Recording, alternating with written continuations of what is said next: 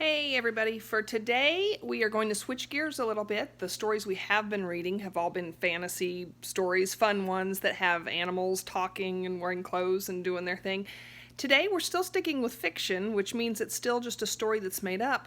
But this one's considered to be realism, which means everything in here could really happen. So it's just a little bit different, not a funny one, but it is one of my most favorite stories, and it was introduced to me by my very good friend Diana. So here we go with Owl Moon by Jane Yolen, illustrated by John Schoner.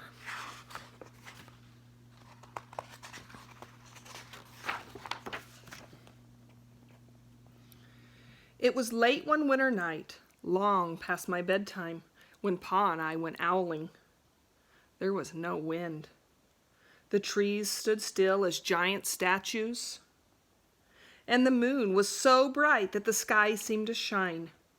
Somewhere behind us, a train whistle blew, long and low, like a sad, sad song.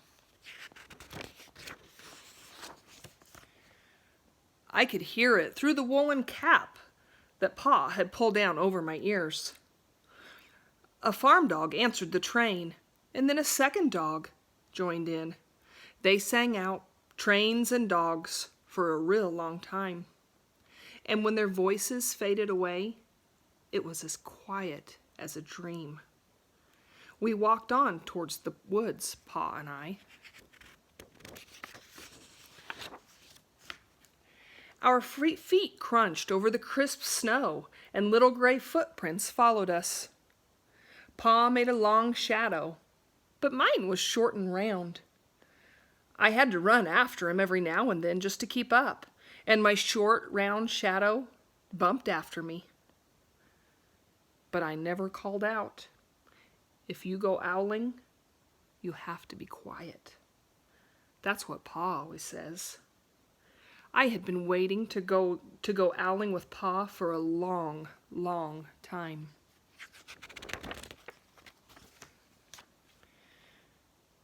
We reached the line of pine trees, black and pointy against the sky, and Pa held up his hand. I stopped right where I was and waited. He looked up, as if searching for something in the stars, as if reading a map up there.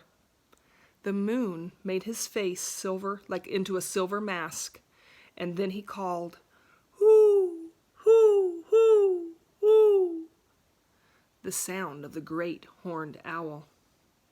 "Hoo, hoo, hoo, hoo." Again he called out, and then again, and after each call he went silent for a moment, and we both listened. But there was no answer.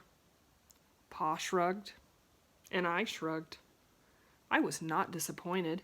My brothers all said that sometimes an owl is there, and sometimes there isn't.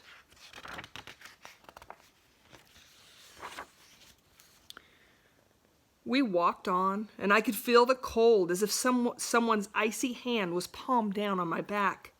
And my nose and my tops of my cheeks felt cold and hot at the same time. But I never said a word. If you go owling, you have to be quiet and make your own heat.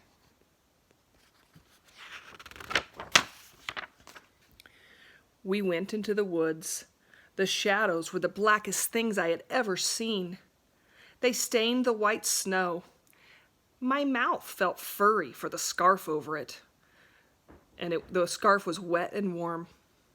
I didn't ask what kinds of things hid in those black trees in the middle of the night. When you go owling, you have to be brave. And then we came to a clearing in the dark woods. The moon was high above us. It seemed to fit exactly over the center of the clearing, and the snow below it. It was whiter than the milk in a cereal bowl. I sighed, and Paul held up his hand at the sound. I put my mitten over my scarf, over my mouth and listened hard. And then Pa called, "Hoo, hoo, hoo, hoo, hoo, hoo." I listened and looked so hard that my ears hurt and my eyes got cloudy with the cold. Pa raised his face to call out again, but before he could open his mouth, an echo came threading its way through the trees. Hoo, hoo, hoo, hoo. Pa almost smiled, and then he called back, "Hoo, hoo, hoo, hoo," just as if he and the owl were talking about supper or about the woods or the moon or the cold. I took my mitten off the scarf and off my mouth, and I almost smiled too.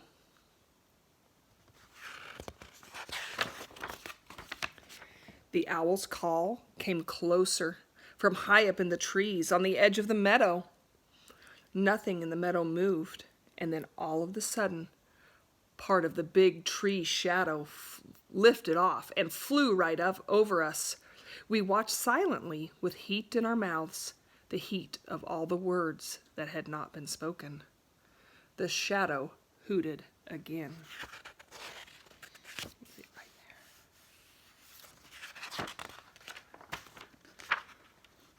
Pa turned on his flashlight and caught the owl just as it was landing on a branch.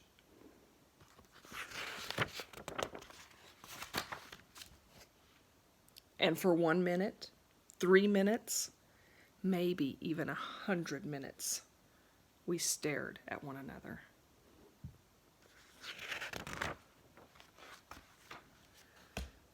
And then the owl pumped his great wings and lifted off the branch like a shadow without a sound. It flew back into the forest. "Time to go home," Pa said to me. I knew I could talk. I could even laugh. I could even laugh out loud. But I was a shadow as we walked home.